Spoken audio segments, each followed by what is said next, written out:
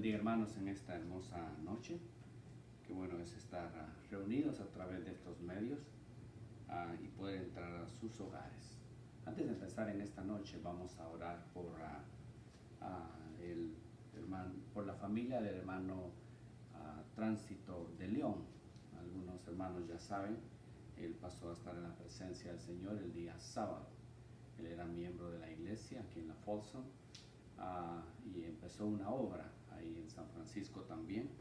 Y oremos por la familia, están pasando esta situación bastante difícil también. Oremos también por la hija de nuestra hermana Carla Tardencía, ella se llama Evelyn Marlene. Oremos por ella está en Nicaragua y se encuentra enferma. Oremos por su salud y confiamos en el Señor que Dios puede hacer una obra a través de nuestras oraciones. Oremos al Señor en esta noche. Padre, en el nombre de Jesús, venimos delante de ti, Señor, pidiendo oración por estas peticiones, por la familia de nuestro hermano Tránsito de León, Señor, que sabemos que está en tu presencia. Fue un siervo tuyo, un pastor de una congregación y te ha placido llevártelo, Señor. Oramos por su esposa que se está recuperando también de esta enfermedad, que tú puedas ayudarle a ella en estos momentos difíciles, así a toda la familia, Señor.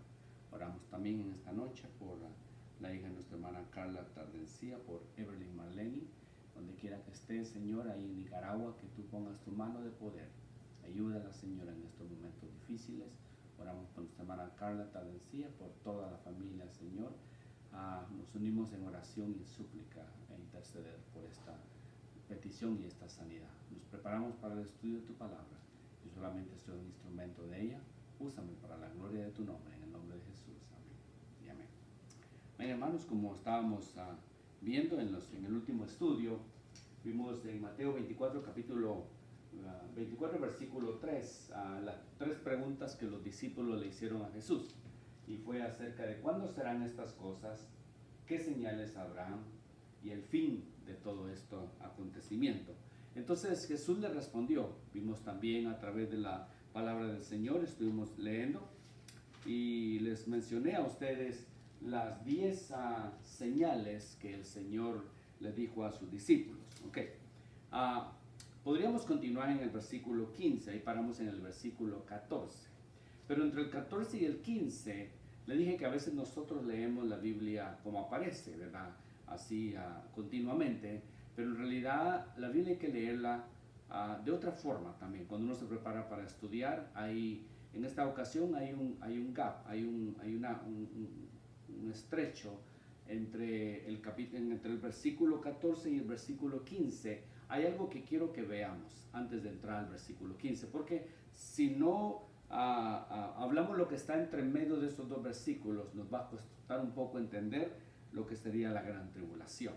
Podría mencionar los eventos que usted ya los conoce, pero ¿cómo hacemos que para saber si ya llegamos al versículo 15, podemos decir en este caso? ¿Cómo sabemos si ya llegamos a la gran tribulación? Para eso yo quiero que haga conmigo algo. Abra conmigo el libro de Isaías capítulo 46, versículo 9, 10 y 11. Isaías 46, versículo 9, 10 y 11. Se lo voy a leer para que usted preste atención.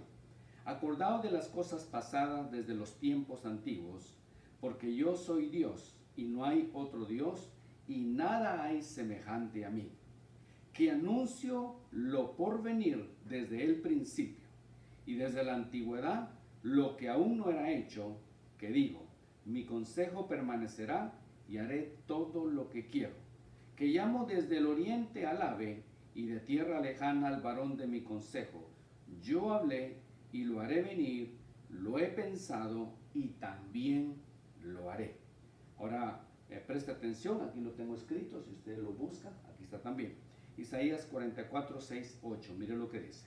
Así dice Jehová, Rey de Israel y su Redentor, Jehová de los ejércitos, yo soy el primero y yo soy el postrero, y fuera de mí no hay Dios.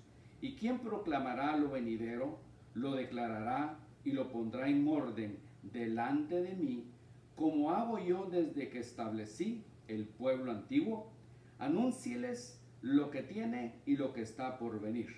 Versículo 8. No temáis, ni os amedrentéis no te hice oír desde la antigüedad y te lo dije, luego vosotros sois mis testigos, no hay Dios sino yo, no hay fuerte, no conozco a ninguno.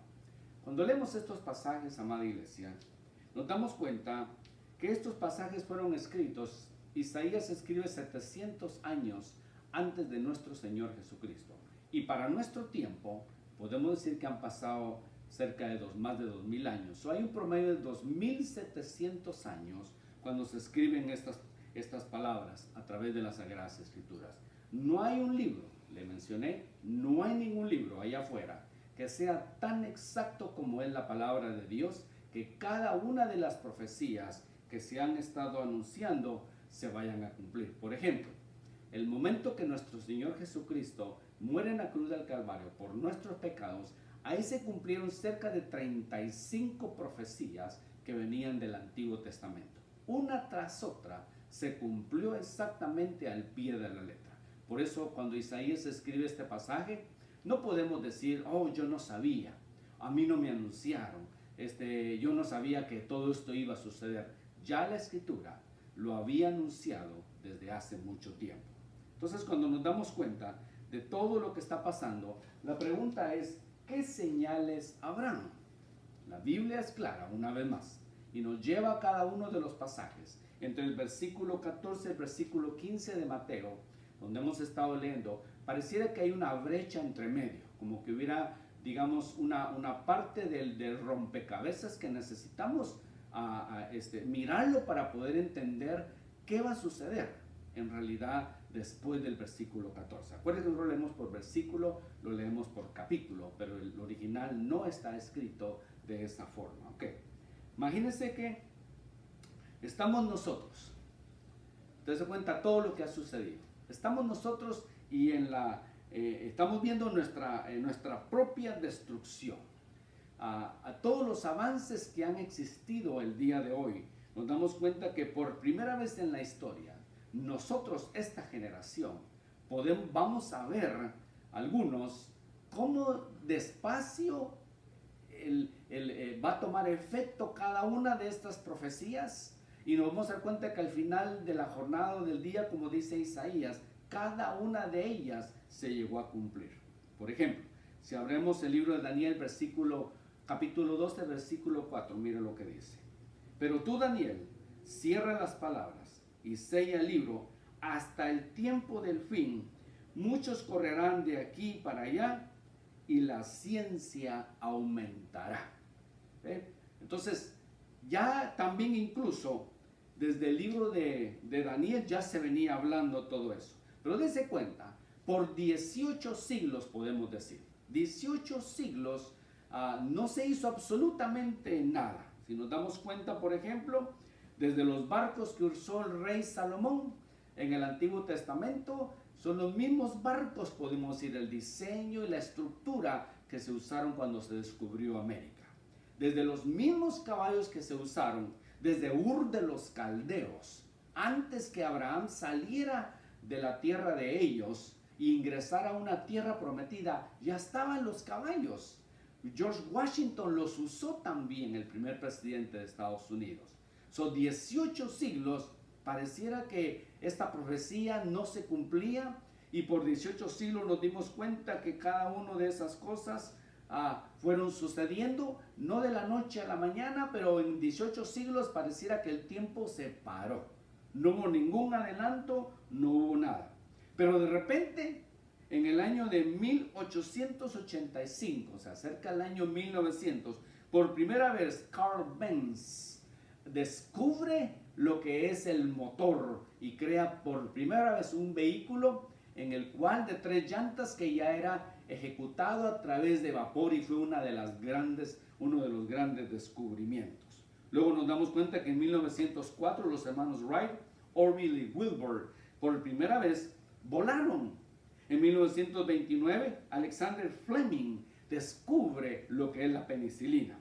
En 1945 el doctor Oppenheimer hace los primeros intentos de la fisión nuclear.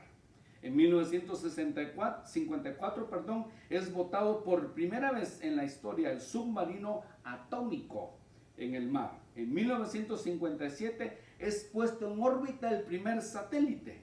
En 1969 se pisa por primera vez la luna. Mire todos los eventos en cuestión de lo que son 60 años aproximadamente. En 1973 también hasta nuestros días podemos decir que la ciencia ha avanzado a un paso tan acelerado que a nuestros propios ojos, desde que se descubrió la computadora hasta nuestros días, mire toda la tecnología que se ha descubierto. ¿Se acuerda usted de los famosos? Estoy dando unos pequeños ejemplos, después vamos a entrar a otros, para que se dé cuenta lo inmenso que la historia avanzó a pasos agigantados. Increíblemente, que antes, no sé si te recuerda, yo soy de los 60s, me acuerdo que se escuchaba en Guatemala el programa de las noticias que se llamaba Flash.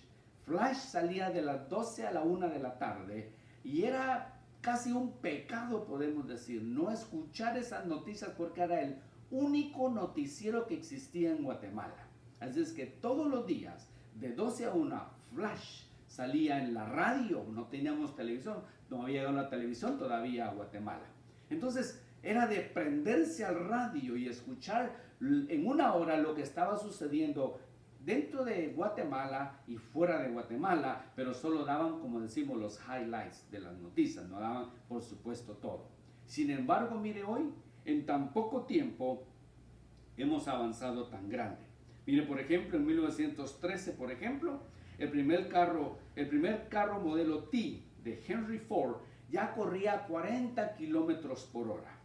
Hoy, en nuestros días, si usted escuchó las noticias la última vez, ya hubo una persona en el área de Nevada que logró correr un carro a 757 kilómetros por hora. Logró batir un récord que había durado por muchos años, que era de 749 kilómetros por hora. Hoy tenemos aviones que corren 3.220 kilómetros por hora y las naves espaciales que van hacia arriba corren un promedio de 38.000 kilómetros por hora. Por eso nos damos cuenta que en la palabra de Dios en Daniel dice que la Biblia dice en los últimos tiempos la ciencia aumentará. Y todo esto lo estamos viendo nosotros con nuestros propios ojos. Por eso le digo, entre el versículo 14 y el versículo 15 del libro de Mateo, hay un pedazo del rompecabezas, ese piece de puzzle there, que tenemos nosotros que ver exactamente dónde va a entrar para poder entrar a la siguiente etapa. Mire, por ejemplo, lo que dice Zacarías capítulo 24, versículo 12. No lo apunté aquí. Zacarías 14, 12 dice, mire lo que dice.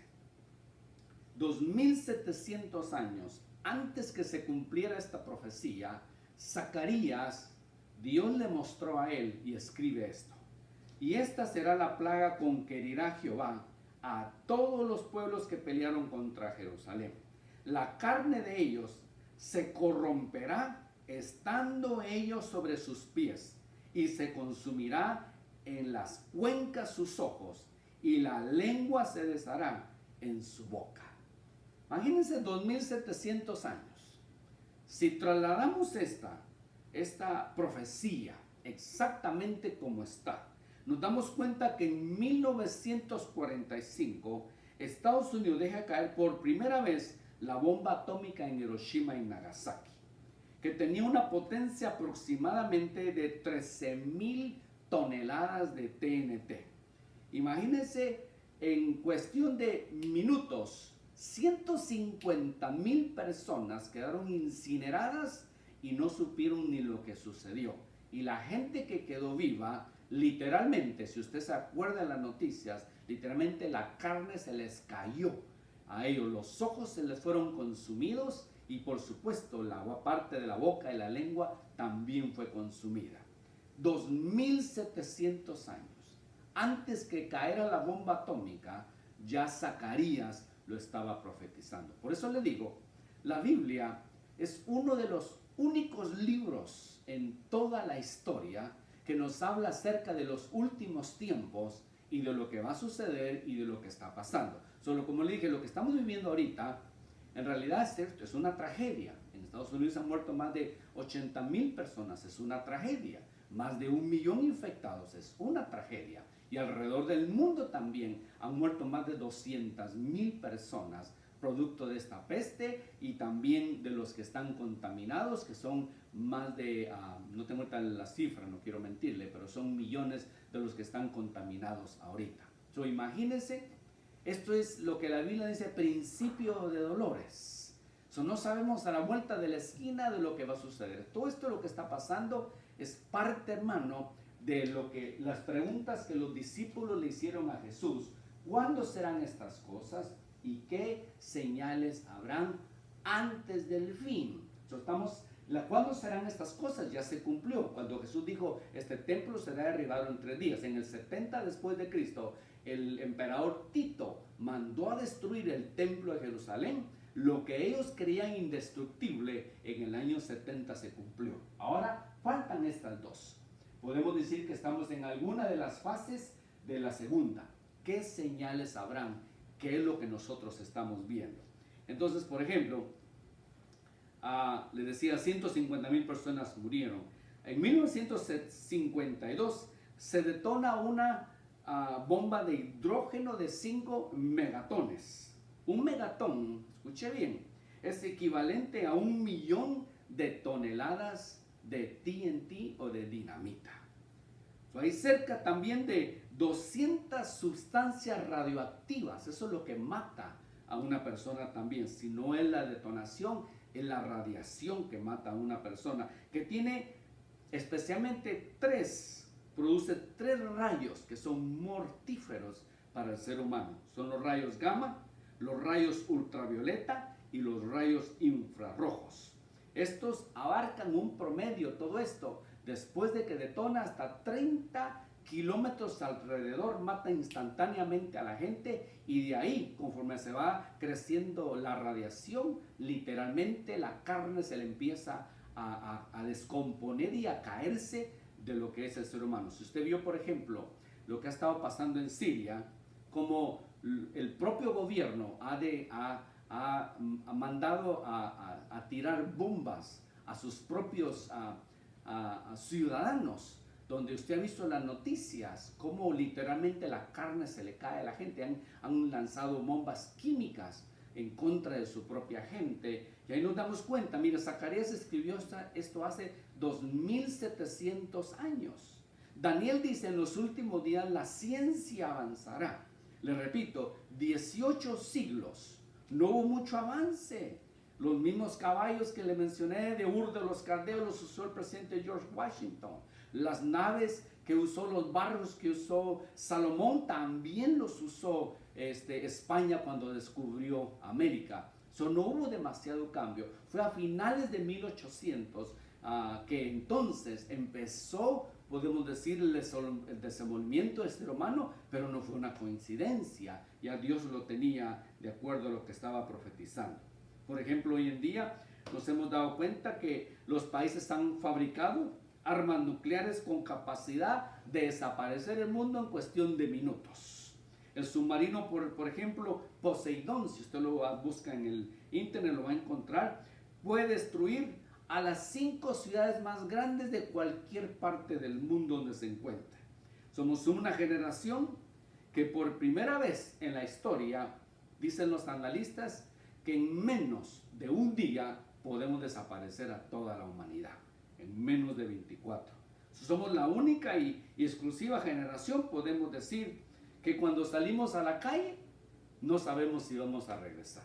Yo escuchaba un dicho que en México, pues usted sabe, la capital, hay demasiada gente, más de 20 millones, 28 millones por ahí creo que hay en la capital. Dice que la mitad sale pensando si va a regresar o no va a regresar.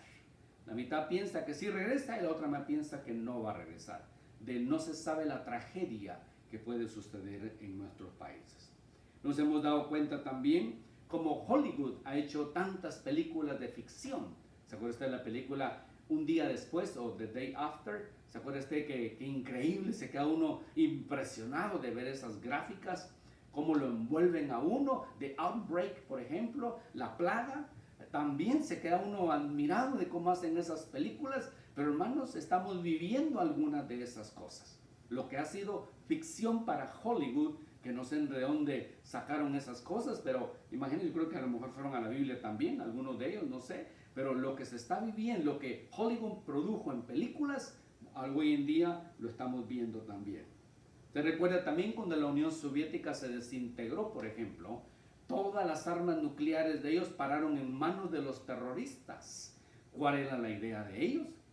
Que a través de estas armas poder intimidar a otras naciones. Y así es como, por ejemplo, en el Medio Oriente están almacenadas todas esas armas nucleares que cuando se desintegró Rusia las vendieron y quedaron en manos muy peligrosas también. La Biblia nos habla, hermano, acerca de lo que iba a suceder al final de la jornada. Hay otra nota muy importante también. Uno de los últimos zars de Rusia, o de los emperadores de Rusia, le hizo una pregunta a un misionero y le dijo: demuéstrame que Dios existe. La respuesta del misionero fue tan sencilla y le dijo: observemos la nación de Israel. Por supuesto, él se quedó: ¿y qué tengo que ver yo con la nación de Israel? Con los judíos, creo que era absolutamente nada. Pero él le dijo: ¿quieres una prueba de que Dios existe? Observa la nación de Israel, porque ahí están todas las profecías que están escritas en este libro, le dio a entender él. Mire, por ejemplo, vayamos a Amós, capítulo 9, versículo 14 y versículo 15. Mire lo que dice: y traeré del cautiverio a mi pueblo Israel, y edificarán ellos las ciudades asoladas, y las habitarán, plantarán viñas, y beberán el vino de ellas, y harán huertos, y comerán el fruto de ellos. Pues los plantaré sobre su tierra, y nunca más serán arrancados de su tierra, porque yo les di, ha dicho Jehová Dios. Fíjense, esta profecía se cumplió frente a nuestros ojos en el año de el 14 de mayo de 1948. ¿Por qué es necesario que nosotros entendamos, hermano, todo esto? No podemos predicar los siete caballos del Apocalipsis, los sellos, las trompetas, los 144,000, si no entendemos que es una parte también esta historia. Antes de entrar a la gran tribulación, todo esto se tenía que haber cumplido. Y la Biblia ya había hablado en el libro de Amós, que estamos hablando también cerca de 2600 años. Antes que esto sucediera, ya se había profetizado el regreso de Israel como una nación. Y fíjese, por ejemplo, ¿por qué es necesario poner nuestra atención especialmente en este pasaje bíblico? Vamos a ver primero algunas razones. Miren, Israel es el único, podemos decir, la única nación politeísta, creo que sí se dice, ¿verdad?, que cree en un solo Dios. No hay otra nación en el mundo que crea en un solo Dios. Vean nuestros países hispanos, nuestros países de Europa, los países del Medio Oriente, los países de África, de los 5 continentes, todos tienen más de un Dios, todos. Y el único que tiene el único Dios verdadero, podemos decir, es la nación de Israel. Así es de que para ellos su creencia en Yahweh o en el Dios eterno ha sido y ha permanecido. Pero a través de eso también nos damos cuenta de que ha pasado tantas cosas en su vida, pero de la vida del pueblo de Israel. Pero antes de llegar ahí, nos damos cuenta también que la creencia de un solo Dios que se reveló a través de ellos y que genéticamente podemos decir desde los patriarcas hasta José y María, que María venía del linaje de Salomón y José venía de los patriarcas, nos damos cuenta que cuando se juntan, uno por uno aparece en la genética, podemos decir, quién y de dónde iba a venir el Salvador del mundo. Si nos hacemos nosotros la pregunta sobre la genealogía, sobre nuestra vida, sobre nuestra historia, a ver hasta dónde podemos llegar. ¿Ve? Con dificultad a veces recordamos el nombre de la abuelita, ¿verdad? cuanto no más de la bisabuela, o de la tatarabuela, o de la tatarabuela, y así sucesivamente. Sin embargo, para ellos, solamente es de ir a las Sagradas Escrituras y se dan cuenta, hermano, que genéticamente cada una de las generaciones marcó y se cumplió la Escritura para que podamos darnos cuenta desde dónde venía. Ahora, entendamos algo también. No genético. Usted sabe que José y María fueron los padres legales de Jesús, porque de ahí va a venir el Salvador. Por eso cuando le es anunciado, nos damos cuenta que no hubo intervención humana.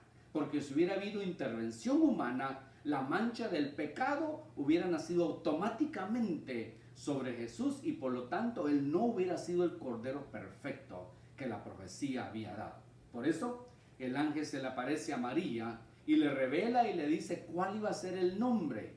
Y al revelarle el nombre venía desde lo alto, el nombre venía desde Jehová quien se lo estaba dando. Para que se cumpliera la escritura, él dice su nombre será Yeshua HaMashiach, que significa Jesús, el Salvador del mundo, en esa palabra. Ahora, por ejemplo, si hablamos acerca de la genealogía y nos damos cuenta del pecado, ¿cómo lo trasladaríamos nosotros hoy en día? Mire, por ejemplo, para nosotros el pecado podemos decir como los grandes pensadores lo han dicho, por ejemplo, un famoso escritor llamado William Shakespeare le llama el defecto trágico. Ese es, para él el pecado era el defecto trágico de la humanidad. Para Karl Marx, el fundador del comunismo, dijo, para mí el pecado es la lucha de las clases, por ejemplo. Para Sigmund Freud, él dijo, para mí el pecado es el medio ambiente, ahí está el problema. Pero por ejemplo hoy le llamamos lo que es la corrupción, ¿verdad? Y así nos damos cuenta. Ahora, ¿por qué Dios escoge a la nación de Israel? Aún podemos decir con todos sus defectos, ¿verdad? Porque tuvieron grandes problemas, tantas grandes revoluciones y más de alguna ocasión se rebelaron contra Dios. Pero ¿por qué en realidad Dios se enfoca mucho sobre ellos? Mire, por ejemplo, si usted se da cuenta en la escritura, usted va a notar que fue un país que desde la fundación, que fue antes de los sumerios, por ejemplo, de los babilonios y de todas las culturas que conocemos, ya existía la nación de Israel. Pues a pesar de que era un personaje nada más, ya Dios había escogido a una nación. Y nos damos cuenta que cuando escribe Oseas, por ejemplo, cuando escribe en el libro de Oseas, nos damos cuenta que son 600 años aproximadamente antes de Jesucristo. Nos damos cuenta que a través del tiempo, cuando se va a cumplir esta profecía, que iban a regresar, pero antes de regresar, si nos damos cuenta, todo lo que ellos pasaron, mire, ellos sobrevivieron tantas cosas que han sobrevivido. Sobrevivieron a los imperios, a los babilonios, a los asirios, a los medopersas, al imperio romano. Los grandes 4 imperios arrasaron con ellos porque ellos decidieron rebelarse contra Dios. Y al rebelarse contra Dios fueron esparcidos a muchos lugares, a muchas naciones. Pero algo interesante sucedió, que ellos nunca perdieron su identidad. Siempre la mantuvieron. Y eso siempre me hice esta pregunta yo. Fíjese que nosotros tan rápido perdemos nuestra identidad. Y nuestros hijos pierden su identidad. Muchas veces también. ¿Ve? Nosotros venimos de países hispanos. A veces nuestros hijos nacen aquí. Uno aprende el idioma del país donde se encuentra. Sus hijos terminan hablando el idioma del país donde se encuentran. Y algunas veces pierden nuestra cultura, pierden nuestras costumbres. Por ejemplo, nos sentamos a la mesa. Ustedes saben, en nuestros países la costumbre de comer tal vez chile para algunos. Y nuestros hijos ya no quieren probar eso.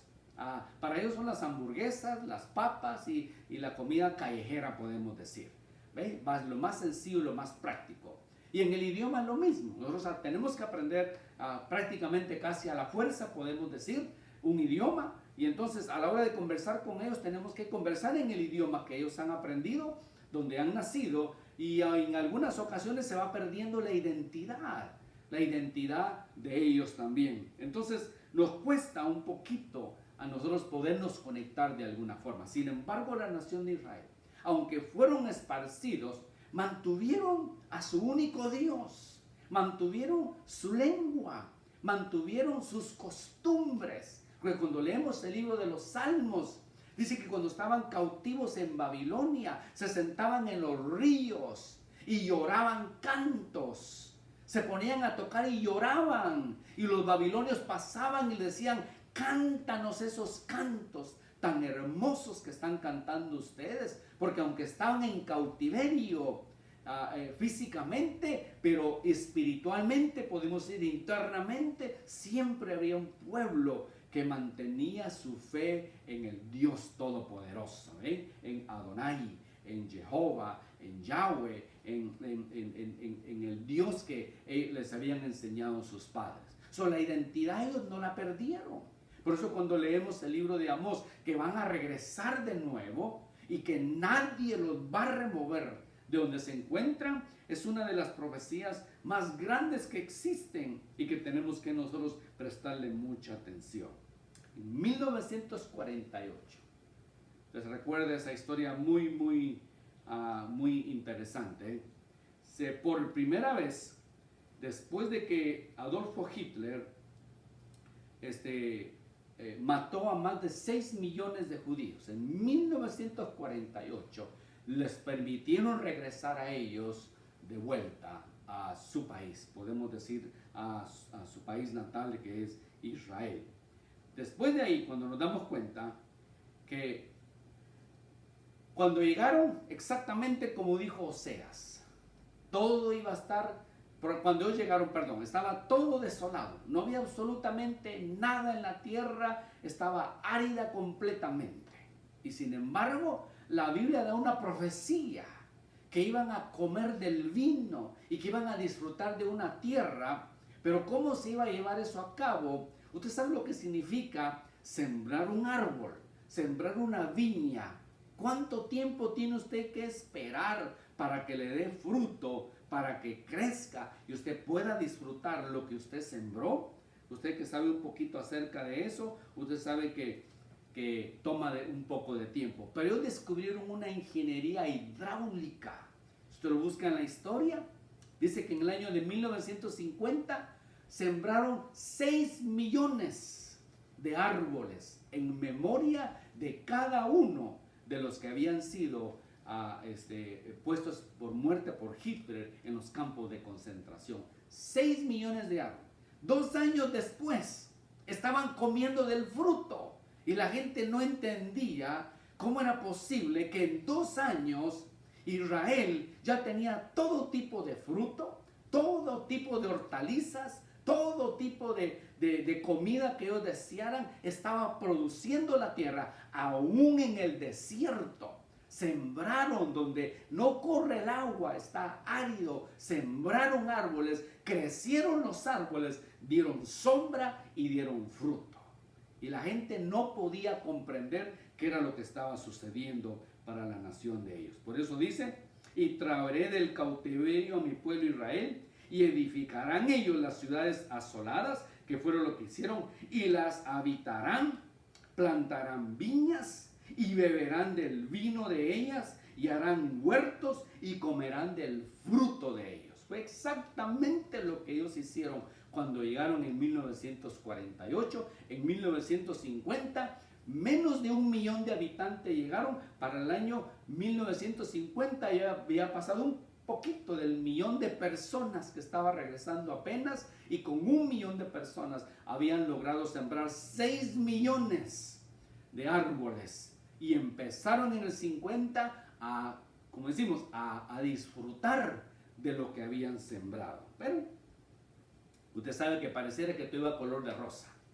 Pareciera que la nación de Israel se estaba, como decimos, acomodando. Como que apenas estaba buscando, podemos decir, su ritmo, etc. Pero usted sabe que nunca las cosas llegan fáciles también. Pero Dios necesitaba de alguna forma probarle al mundo entero su profecía. Para aquellos que tuvieran duda acerca de la profecía de que un día iban a llegar y que nadie los iba a volver a sacar de donde Dios los iba a plantar, En 1952, cuando estaban apenas disfrutando de lo que estaban ellos, habían sembrado, 4 naciones árabes se disponen a atacar al pueblo de Israel. Y en 1954 los vuelven a atacar otra vez. Y en 1967, usted se recuerda, la guerra de los 6 días. Se juntaron 106 naciones árabes, cerca de 200 millones de personas en contra de 1,5 millones que existía entonces ya para 1967. Si usted conoce un poco de geografía, vea el país de El Salvador. El Salvador está grande en comparación a Israel. Israel es un país muy chiquito y sin embargo, se haga de cuenta, digamos en nuestra casa, aquí somos 4 personas. Imagínense que afuera tengamos 1 millón de soldados que nos rodean a nosotros y que nosotros tengamos para defendernos solamente unas resorteras, slingshots, ondas como le llamemos. Imagínense que nosotros 4 que estamos en esta casa nos toca pelear contra 1 millón de soldados armados, como es en nuestro país, hasta los dientes, y que nosotros 4 solamente tengamos resorteras para ver cómo nos... Dígame qué posibilidades tenemos de sobrevivencia nosotros. 0. No tenemos ninguna esperanza. Haga de cuenta que así le pasó a Israel. 200 millones contra 1.5 aproximadamente en la guerra de los 6 días. Ellos interceptaron un telegrama de parte de un general egipcio llamado Nasser. Usted lo busca, Nasser, como le llaman. Usted lo puede buscar en el Google y ahí lo va a encontrar. Ellos interceptaron un telegrama de este general del Egipto, y entonces en el año de 1967 agarraron ellos los aviones. Mire la historia lo que dice. Para que no fueran detectados, ellos volaron a 6 pies de altura. Imagínense volar un avión a 6, haz de cuenta que por aquí más o menos, un avión de guerra, a 6 pies de altura para que no fueran detectados por los radares. Y en cuestión de días, cuando llegaron a Egipto, a la punta del Sinaí, si usted ve el área geográfica, empezaron a destruir toda la aviación.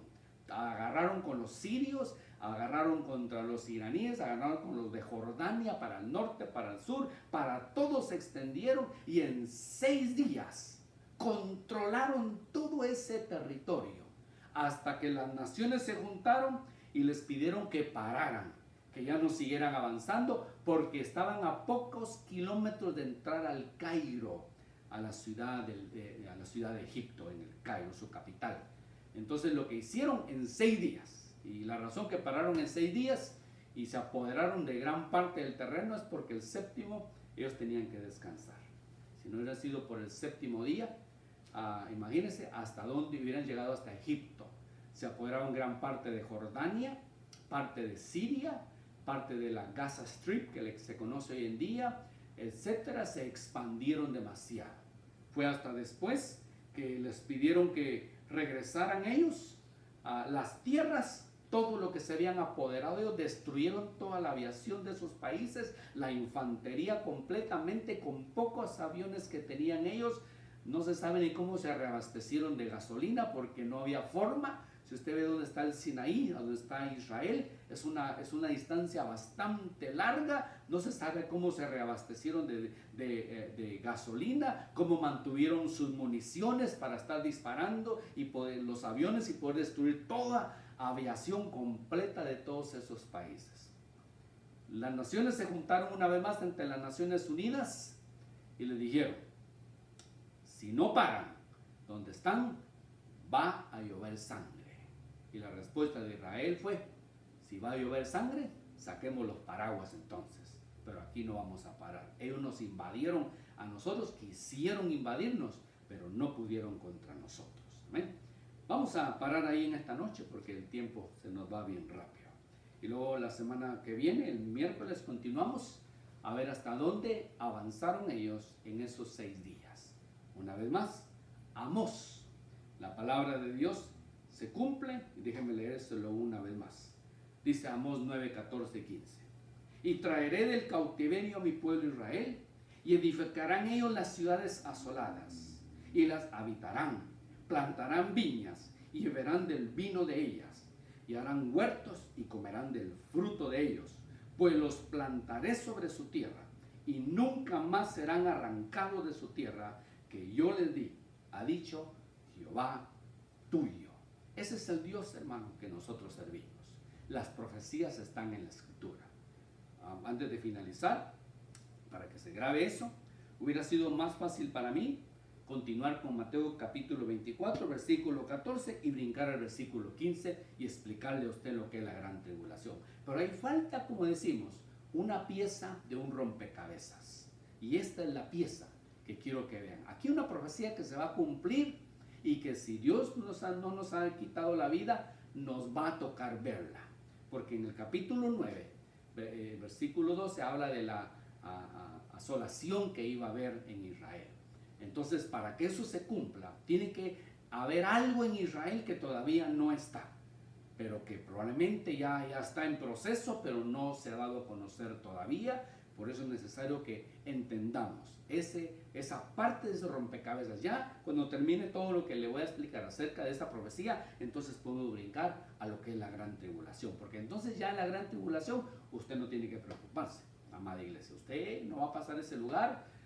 La Biblia no nos da ningún indicio que vamos a pasar. No quiero darle esperanza y decirle no se preocupe, vive una vida guachi guachi y en la gran tribulación usted se salva. No quiero cometer ese error, que algunos predican que hay salvación durante la gran tribulación.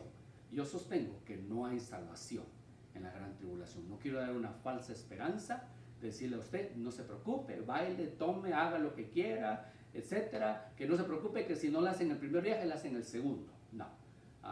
No hay una esperanza. Y si hubiera, bueno, allá, pero yo no quiero darle una falsa esperanza. Mejor quiero decirle, como le dije en el último estudio, prepare su maleta. Tenga lista su maleta, porque cualquier momento puede suceder este evento. Después de que tenemos este estudio, entonces podemos entrar al siguiente paso de rompecabezas, que sería el fin. Fue la tercera pregunta que hicieron los discípulos. Oremos en esta noche.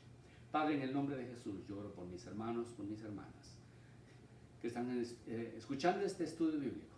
Pido bendición para sus vidas. Pido la bendición del Padre, del Hijo y del Espíritu Santo para cada uno de ellos. Amada iglesia, Jehová te bendiga y te guarde. Jehová alce su rostro sobre ti y tenga de ti misericordia. Jehová alce sobre ti su rostro y ponga en ti paz. Dios les bendiga, hermanos. En esta noche nos vemos en bien.